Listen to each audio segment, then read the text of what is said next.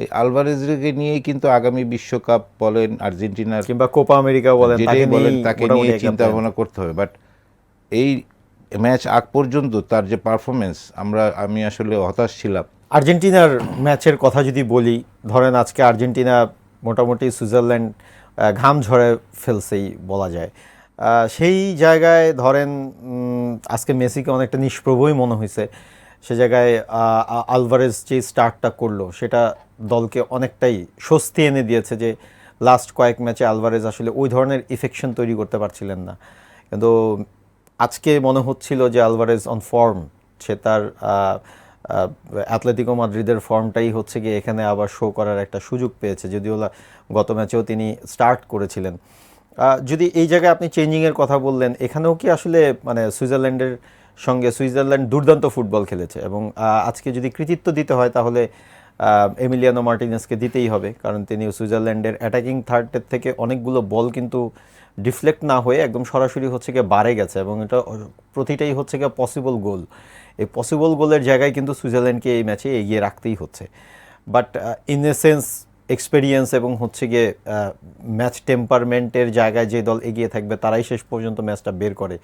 Argentina আজকে মনে হয় সেই কাজটাই করেছে, রাইট? অবশ্যই আর্জেন্টিনা টিমের মানে 2-3টা ম্যাচই কিন্তু সবগুলো ম্যাচই কিন্তু যেগুলো জিতছে সবগুলো কিন্তু খুবই কষ্টকরভাবে জিতেছে।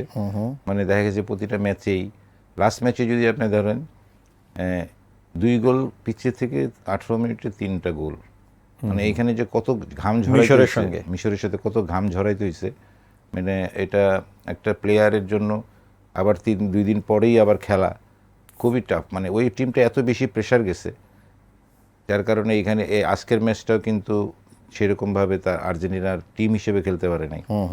কিন্তু সুইজারল্যান্ডের কিন্তু তাদের ফিজিক্যাল অ্যাডভান্টেজ অনেক বেশি, পাশাপাশি তারা একটা টিম যখন জিততে থাকে তখন একটা টিমের কনফিডেন্স লেভেলটা অনেক হাই হয়ে যায়। তো তারা আর্জেন্টিনা টিমটা ওইভাবেই টেক কেয়ার করছে, ওইভাবেই খেলছে আর্জেন্টিনা এগেইনস্টে। বাট একটা জিনিস আপনার মনে রাখতে হবে যে ওই যে চেঞ্জিং প্লেয়ার কিংবা যাদের পারফরমেন্স, যাদের লাউতারো শেষ পর্যন্ত নেমে লাউতারোও গোল করেছে। হ্যাঁ, লাউতারোর 2 ম্যাচই মানে তার অবদান আছে, যেটা লাস্ট ম্যাচে যেটা ক্রস করে উইনিং গোল করাইলো। তো এই যে আদার্স প্লেয়ার, যার নির্ভরশীল কোনো প্লেয়ার যদি না থাকে, একজন নির্ভরতার উপর যদি আপনি থাকেন তাহলে আপনি টিম সাকসেস হবে না। পাশাপাশি আপনি টিমের আদার্স প্লেয়াররা যদি গোল করে, টিমের জন্য ভালো ভূমিকা রাখে, সেটাই হলো গিয়ে আসলে একটা টিম হিসেবে খেলা। আর আর্জেন্টিনা টিমের আজকে যে গোলটা করলো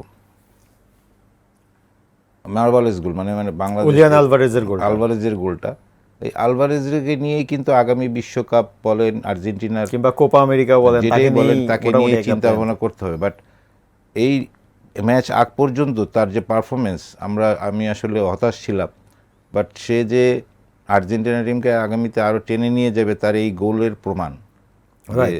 মানে এই বিশ্বকাপের সবচেয়ে সেরা গোল, বিশ্বকাপের সেরা গোল। এবং তার যেই যতক্ষণই সে খেলছে হয়তোবা মেসির যেই তারকা খ্যাতি কিংবা মেসির যেই ম্যাচ ইম্প্যাক্ট, তিনি যেই কাজগুলো যে কোনো সময় করে ফেলছেন, সেটার জায়গায় সেটা করার ফলে দেখা গেল যে টিমে তার কন্ট্রিবিউশনটা, আলভারেজের কন্ট্রিবিউশনটা কিংবা লাউতারোর কন্ট্রিবিউশনটা কিংবা ম্যাকঅ্যালিস্টারের কন্ট্রিবিউশনটা, ডি পলের কন্ট্রিবিউশনটা, এইগুলো কিন্তু হচ্ছে গিয়ে এনজোর মানে কন্ট্রিবিউশন, সেগুলো কিন্তু হচ্ছে গিয়ে কিছুটা ঢাকাই পড়ে যাচ্ছে বলা যায়। কিন্তু এই ম্যাচে আমরা দেখলাম যে মোটামুটি মেসি গোল করেনি, কিন্তু আর্জেন্টিনা একটা মানে স্টেবল অবস্থা, মানে আর্জেন্টিনার মতোই খেলেছে। যদিও বড় ম্যাচ, বিগ ম্যাচ, এখানে সব ম্যাচই 50-50 হবে এটা বলা যায়, কারণ তারা তো কোয়ার্টার ফাইনালে এসেছে যোগ্যতা নিয়েই।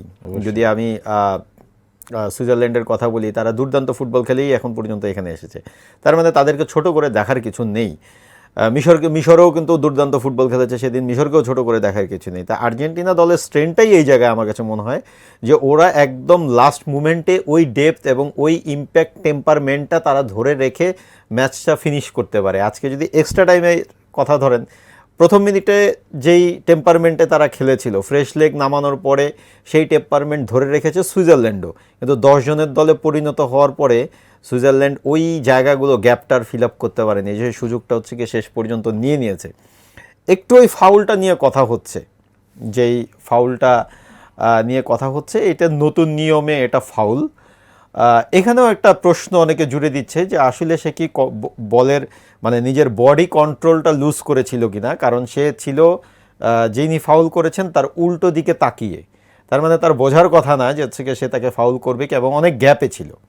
তো সে কি আসলে বডি কন্ট্রোলটা লুজ করেছিল কিনা, এবং বডি কন্ট্রোল লুজ করলে এখানে নিয়মটা আসলে কি দাঁড়ায়? নিয়মটা আসলে দেখবেন যে বিগত দিনের যদি খেলা দেখেন, দেখবেন যে ডিএর ভিতরে পেনাল্টি নেওয়ার যে একটা অভিনয় করে, তখন কি করে রেফারি, তখন তাকে যদি বুঝতে পারে যেটা অভিনয় করছে তখন ইয়েলো কার্ড দেয়। এই জায়গাটাই একই জিনিস হয়েছে যে সে ফাউল নিতে চাইছে, যে তাকে মারছে, দেখাইছে যে তাকে মারা হয়েছে, আসলে তার সাথে কোনো টাচই হয় নাই। তো এই একটা জায়গাটা টাচ ছিল, কিন্তু সেটা হচ্ছে কি সে তার- সে তার বল অনেক নিজের- দূরে, মানে সেও পড়ে যাচ্ছে, পড়ে যাওয়ার পরে সে অলরেডি মানে এয়ারে, তখন এয়ারে তার পা সে লাগাইছে, হ্যাঁ। মানে ওর পা লাগায় নাই, সে পা লাগাইছে আর কি। এই জায়গাটা আসলে একটা অভিনয় একটা ছিল, যার কারণে রেফারিকে কনফিউজ করার জন্য রেফারি তাকে একটা ইয়েলো কার্ড দিছে, এবং 2 ইয়েলো কার্ডে সে রেড কার্ড দিছে। Red card.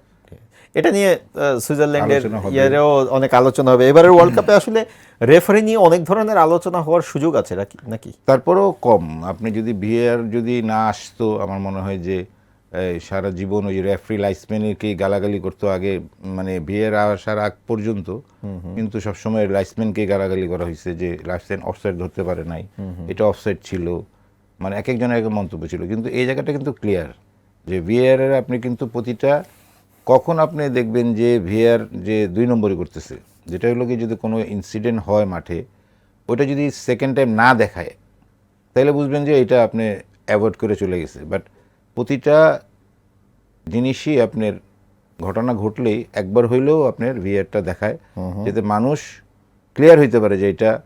আবার মানুষ বলে যে এটা 2 নম্বরই করে ভিআর করতেছে, তো এটা তো আর আমরা জানি না। তো আমরা যেটাই দেখছি যে ভিআরে ক্লিয়ার যে এটা আসলে সঠিক সিদ্ধান্ত হইতেছে, এবং এটা অনেক খেলার পরিচ্ছন্নতা চলে আসে। মানে 2 নম্বরই যে একটা জায়গা, ওই জায়গাটা আসলে সরাসরি দেখা যাচ্ছে, যে আমরাও পরবর্তীতে স্লো মোশনে ভিআর দেখা যাচ্ছে। তো এটা অনেকটা মানে রেফারি লাইসম্যানের থেকে যারা ভুল করলেও এটা প্রমাণিত হচ্ছে এবং সঠিক একটা সিদ্ধান্তে পৌঁছে যাচ্ছে।